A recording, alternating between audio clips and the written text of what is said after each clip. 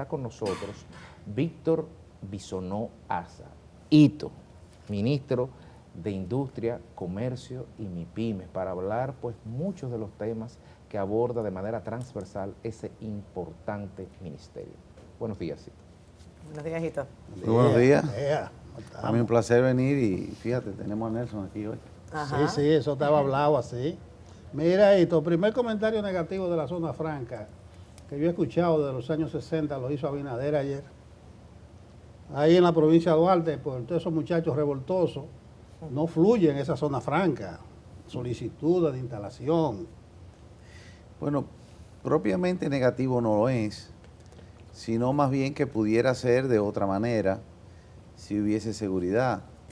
El capital, el dinero, es cobarde y prefiere ir primero donde hay tranquilidad social, donde las cosas están más definidas y donde no se expone.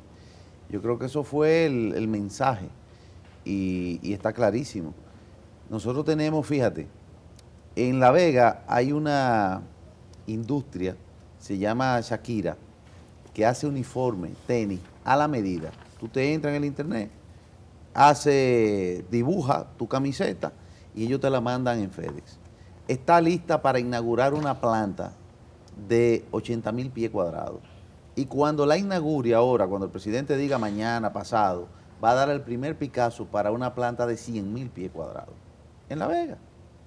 Entonces, de eso es la comparación que el presidente hacía. ¿Y cómo está la provincia de Duarte a nivel de zonas francas? Allá hay una zona franca que es del Estado, pero no hay gran movilidad, no hay gran demanda, no hay quienes digan, me quiero instalar allá, porque no basta con tú tener el terreno, también tiene que tener unos recursos humanos que estén dispuestos a insertarse en eso. Ahora bien, lo que sí ha ido caminando en este cuatrenio, que no existía en San Francisco de Macorís, son los call centers. Los call centers que están dentro del régimen de zona franca, sí ha estado, primero instalamos uno y ya están prosperando con más demanda. Ministro, en diciembre de este año, del año pasado, mediante el decreto 693-24, el ministerio pues dio una respuesta a las preocupaciones que se habían generado en el sector arrocero del país a raíz de la entrada en vigencia el siguiente mes ya de las cláusulas del DERECAFTA en materia de libre competencia del arroz. Pero sin embargo, le pregunto con relación al artículo 2 que establecía una exención de 23,000 toneladas del decreto, cuando uno ve las gráficas de importaciones de arroz del 2019 hasta el 2024, uno ve que en el 2024 han habido otros países que han entrado más allá de Estados Unidos. Y le pregunto, a sabiendas de que este decreto fue en diciembre, de cara a una realidad de Washington que empezó en enero, el 20 de enero, y a un discurso del presidente Trump de, digamos, represaliar a países que impongan aranceles, ¿se ha reflexionado en torno a esto o la forma en que está escrita el decreto nos evitaría cualquier problema? Fíjate, lo primero es que nosotros, con las instrucciones del presidente Abinader, desde un principio de proteger a la producción nacional, lo que hicimos fue estudiar el acuerdo que tenemos con los Estados Unidos del DERECAFTA. Y vimos primero qué podíamos hacer en base a cumplir con ese acuerdo y qué ha hecho los Estados Unidos en situaciones similares. Entonces nos montamos en una sombra sobre las mismas acciones que los Estados Unidos, dentro de lo que permite el acuerdo, ha hecho. Por ejemplo, los Estados Unidos grabó unas varillas de República Dominicana que se le venden a Puerto Rico. ¿Por qué? Por seguridad nacional que Estados Unidos declaró tiene con el acero, ¿cierto? Entonces nosotros, en base a nuestra ley, tenemos seguridad alimentaria, seguridad nacional con el tema del arroz. Y entonces, acudiendo a los mismos argumentos sobre lo que nos permite el DERECAFTA, se emitió ese decreto. Yo no creo que haya nada que pueda señalar de una manera irregular o cuestionable, porque lo primero es que nosotros lo socializamos con los Estados Unidos antes de comenzar el proceso, como buenos aliados, como buenos socios, lo conversamos y luego entonces se hizo el proceso. Ahora, hay señales también que están clarísimas. Mientras la nueva administración, en un programa que no es novedoso, viene desde la doctrina Monroe, primero los Estados Unidos.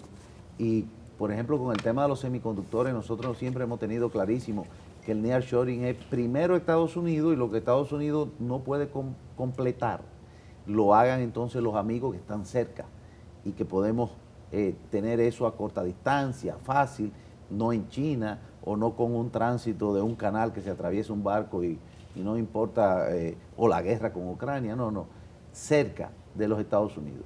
Y el presidente Trump, que sigue poniendo aranceles a otros países con temas de comercio, República Dominicana lo que recibe es una noticia de levantar barreras a compañías americanas establecidas en la República Dominicana, como lo es el Central Romana con el azúcar. Entonces, yo lo que creo es que nosotros seguimos siendo, como hace décadas que lo somos, y ahora más, un aliado económico de los Estados Unidos. Ministro, hablemos del subsidio a los combustibles. Yo sé que el gobierno sometió ante la Cámara de Diputados un proyecto de ley que posteriormente encontró resistencia de sectores como Nadegas, que dijo hay que revisarlo.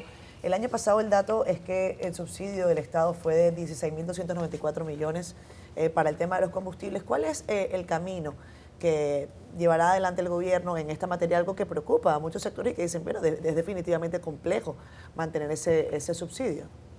Muy complejo, y fueron 17.000 millones al subsidio directo de los hidrocarburos, más 3.000 y pico de millones al subsidio del transporte público, que también se le da. Fueron unos 20.000 millones. Ahora, esos son números muy claros, como lo es también que el IPC de la República Dominicana, el índice, ¿verdad?, del precio al consumidor, es menor que en otros países. Correcto. Que la inflación en República Dominicana de 3.4% que registró el Banco Central el año pasado es menor a la inflación que muchos otros países, incluyendo los Estados Unidos. Que el crecimiento promedio del PIB en República Dominicana es más del doble que el resto de los otros países de la economía global, regional, que es donde uno tiene la comparación de cómo vamos y qué hay que hacer. Entonces, eso responde también a una política de inversión en el subsidio. Fíjense, le digo inversión en el subsidio porque yo mismo creo que los subsidios pudieran ser más bien momentáneos en lo que se maneja una crisis o en lo que se saca de la coyuntura en que se encuentra una persona, una familia, un país, un sector. Pero nosotros tenemos resultados muy positivos. Yo recuerdo cuando comenzamos con el proyecto de la Alianza de Desarrollo de la Democracia, que fue una iniciativa del presidente Abinader, nos reunimos en Puerto Plata con el presidente Lasso de Ecuador en ese momento y el presidente de Panamá. Y el presidente Abinader socializaba con ellos, bueno, ¿qué van a hacer ustedes? Lasso produce en Ecuador un poco de petróleo, Panamá tiene una economía un poco más sólida que nosotros en ese momento, y ellos le dijeron, no, vamos a transferir el costo a la población. Eso nosotros no lo vamos a asumir, no lo podemos hacer. Bueno, ¿qué resultó? Lasso no terminó su mandato de gobierno y se lanzaron las personas a la calle. En Panamá, lo mismo, huelga. Y aquí, por una manera u otra que sea, todo el mundo, en sentido general, puede establecer su presupuesto, puede saber a qué ajustarse. La economía, bueno, pues relativamente va de acuerdo a los presupuestos, la inflación que la hay, es una inflación más o menos programada, controlada, visible.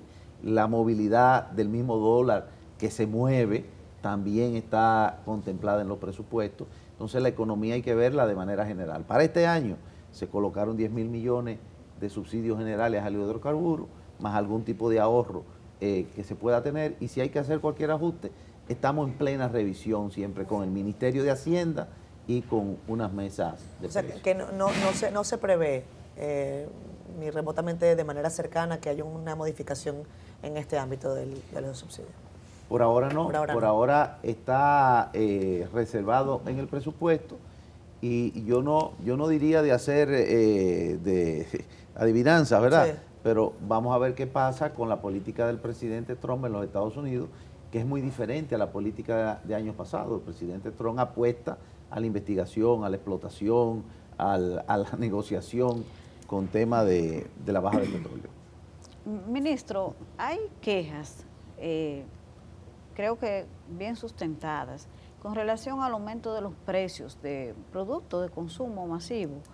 Y el tema del alza del dólar ha estado en el foco de todo el mundo porque en los primeros 3 meses del año se ha registrado y ya está en 63 y tanto, y hay proyecciones de que si sigue esa tendencia podría al final de año alcanzar el 70 por 1.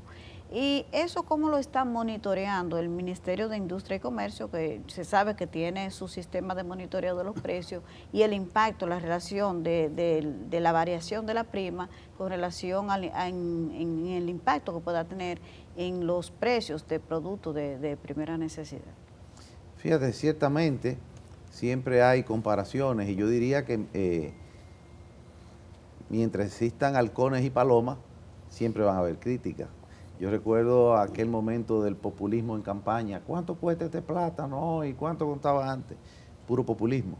Porque si yo le diría, bueno, ¿cuánto costaba el plátano en el 1963? ¿Y cuánto cuesta hoy? Claro que hay un aumento. Y siempre hay un aumento que hay, ya sea por el calentamiento de la propia economía, mínimo un 5% anual. En toda parte. Es así. Eso no es excusa de que hay incidencia sobre inflación importada, porque nosotros somos un país, bueno, ya tú mencionaste el dólar, que ha ido corriendo unos puntos, o materias primas que vienen de fuera para fabricar alimentos, por ejemplo, que depende de los valores de la bolsa de valores. Sin embargo, el movimiento que ha registrado el dólar está contemplado todavía dentro de la movilidad del presupuesto. Nosotros tenemos unas reservas internacionales que rondan los 15.000 millones de dólares, la más alta registrada. Y eso depende mucho también, y es una realidad, y hay que conversarlo así. Por ejemplo, la FED en los Estados Unidos. ¿Cuál es la movilidad de la tasa? Se pensaba que se iba a bajar un poco, no se ha bajado como se pensaba, y eso impacta a todas las economías. Ahora nosotros, dentro de lo que podemos hacer, porque ya no se puede fijar precios, no hay controles de precios, lo que hay es un mercado libre.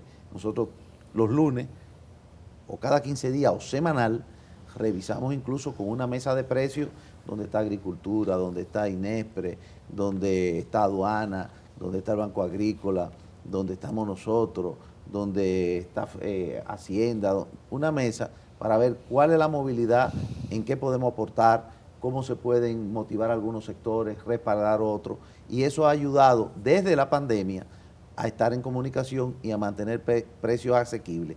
Fíjate que hay algo que quizás nosotros no valoramos de repente, y además la oposición menos, porque ese no es su trabajo, pero hoy día hay una crisis de huevo en los Estados Unidos. ¿Cuánto cuesta un huevo en los Estados Unidos? En los Estados Unidos, tú vas a un restaurante y te dicen, ¿usted quiere un revoltillo? Cuesta 1,50 más el plato por cada huevo. Y aquí lo que estamos exportando, 30 millones de huevos. Pero en pandemia, para hacer una referencia, desapareció la leche materna, la fórmula le llamaban, o el papel higiénico. O sea, en cada sitio puede haber una coyuntura inexplicable por demanda, por situaciones que son muy coyunturales. Pero en República Dominicana hay estabilidad. En República Dominicana puede haber cualquier variación, que la hay, como la del dólar actual, y yo estoy seguro que va a coger su nivel. Sí, con eso del huevo en Estados Unidos le dan la razón histórica a Hipólito Mejía, que él siempre considera que el huevo debe ser más caro. Porque la gallina tiene que pujar mucho. ¿Tú te acuerdas de esa expresión de Hipólito? Ministro Bisonó, ayer se ensalzó mucho la pequeña y mediana empresa en la semanal, por lo menos están llegando dinero en préstamos. Muchos de esos sectores de la pyme consideraron una puñalada trapera la propuesta de un aumento salarial de 20%, al mínimo, privado no sectorizado, que dan en 12 y 8, pero eso ha tenido su impacto. Su relación, su sondeo entre las pequeñas y medianas empresas, porque eso entra ahora, el 1 de abril. Sí, el mes que viene. Sí, sí. Bueno, fíjate, Nelson, volvemos a lo mismo. Se ve por un lado una cosa y por otro se ve otra. Cuando hay una inflación, que vuelvo y digo, siempre va a haber una presencia. ¿Qué es lo que se hace? Tratar de darle más poder adquisitivo al que no tiene. Este gobierno del presidente Abinader ha aumentado 3 veces los sueldos en 5 años. 3 veces. Ningún gobierno lo había hecho antes. Sincerizar y ayudar el poder adquisitivo, principalmente del que menos tiene. Porque el que tiene de dónde sacar ahorro o dónde buscar otra cosa, bueno, sencillamente se acomoda. Pero 3 aumentos de qué? Porque el gobierno no aumenta sueldos en el sector privado. No, pero cuando se aumenta el sueldo mínimo de los diferentes sectores, eso presiona. No, está bien, hacia porque tú dices arriba. que el gobierno ha aumentado 3 veces. No, cuando... Los empresarios se enojan por eso, porque los empresarios dicen, pero el gobierno no pone un chele. Tú tienes razón, Ok. pero principalmente porque no es el gobierno que lo pone. Claro. Pero el gobierno se siente en una mesa tripartita donde están los empresarios, donde están los sindicatos y donde está el gobierno. Y cuando el presidente Abinader dice, es por lo menos un 20%, dicta una señal. Y entonces llama a un consenso, a eso es que yo me refiero. Entonces, eso ha sucedido 3 veces y ha podido eso llevar tranquilidad, poder adquisitivo al dominicano, al trabajador dominicano. Ahora, lo que hay es que ver cómo se refleja eso. Bueno, eso se refleja en que dice el Banco Central que hay 5.050.000 empleos registrados. Nunca en la vida, nunca en la vida. Que tenemos más exportaciones en zona franca y en la industria local, en lo que es hecho en RD, la maquila de lo fabricado y convertido aquí.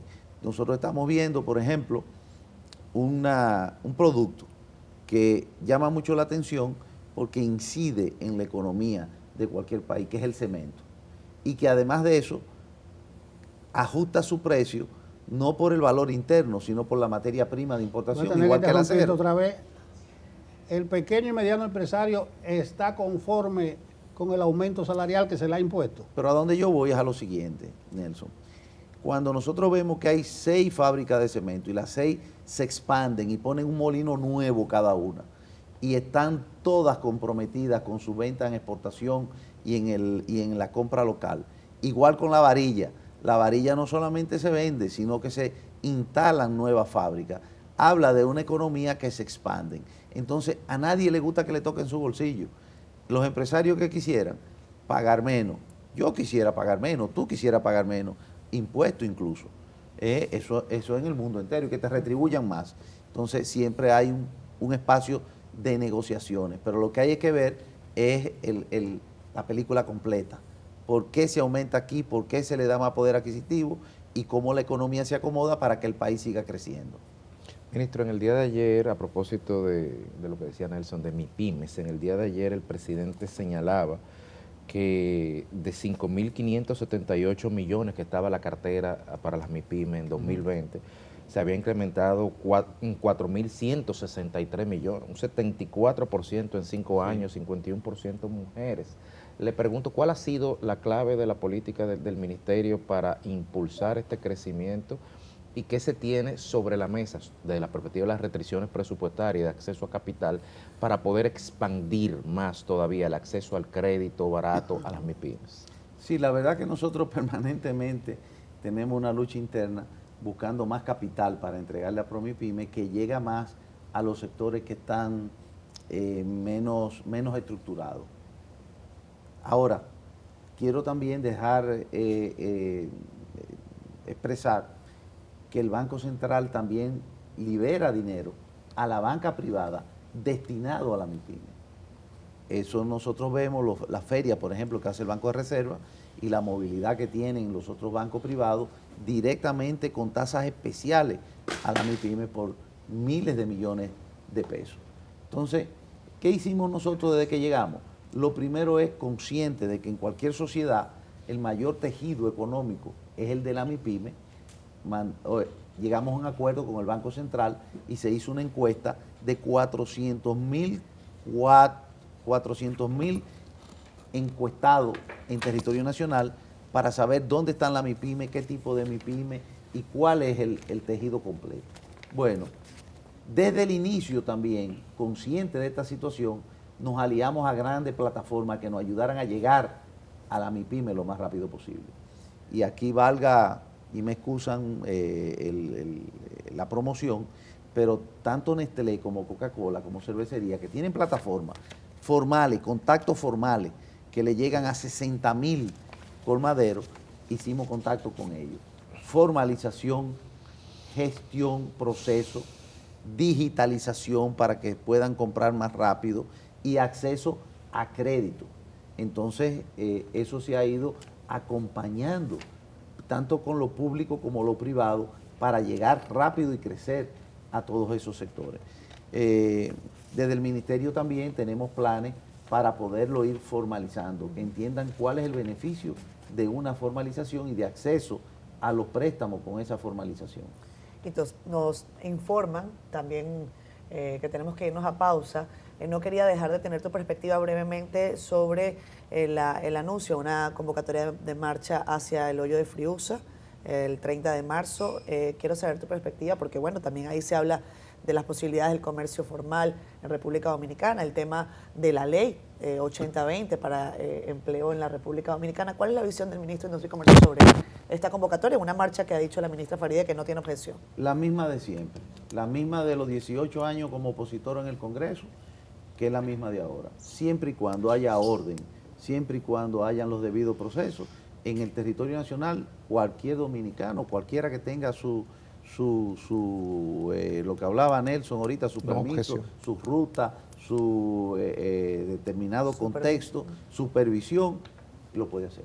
Bueno, ministro, hay presión para que usted se vaya, pero nosotros nos pusimos a incentivar la pregunta de los televidentes. Brevemente, hay una aquí de una gentil. Por favor, preguntarle de la reforma a la ley de residuos sólidos o basura y su impacto en todas las industrias, hasta el cambio de matriz de producción de la industria del cemento y energía. Eso hay que socializarlo y estudiarlo muy bien. Eso no puede ser para beneficiar a un sector o a una empresa. Eso tiene que ser para beneficiar al país, al proceso de adecuación con la misma naturaleza. Por ejemplo, nosotros ¿qué estamos haciendo? Vamos a inaugurar, es una de las próximas inauguraciones de la confianza que tiene el sector privado de invertir en República Dominicana. En San Pedro de Macorís se está instalando, está funcionando. La vamos a inaugurar en los próximos días. Una planta de reciclaje, pero de reciclaje para volver a utilizar eso en productos comestibles, o sea, en la botella, en los envases de plástico. Y para exportar esos pellets, para usarlo otra vez en temas de productos y envases alimentarios. Entonces, de eso es que estamos hablando. Y hay que tener mucho cuidado. Yo, por ejemplo, no estoy de acuerdo con algo que se depositó o que depositaron así, sin socializar un solo legislador. Eso de ninguna manera puede suceder así. Bien. Gracias, Hito. Gracias, ministro Bisonó. Ojalá dispongamos la otra vez de más tiempo para conversar, dice un amigo común, el mejor ministro que tiene este gobierno. No. Porque resuelve, no porque resuelve, porque se involucra. Me gustaría verlo en la Cancillería, usted. Y no hablamos de política, usted llamó también al PRM. Victorito Bisonó Asa. Lo de política lo pueden buscar en Siendo Honestos. No es una payola innecesaria, pero me toca, ¿verdad? Buen programa ese. Buen programa. Bueno entrevistado, tío. También. Vamos a pausa.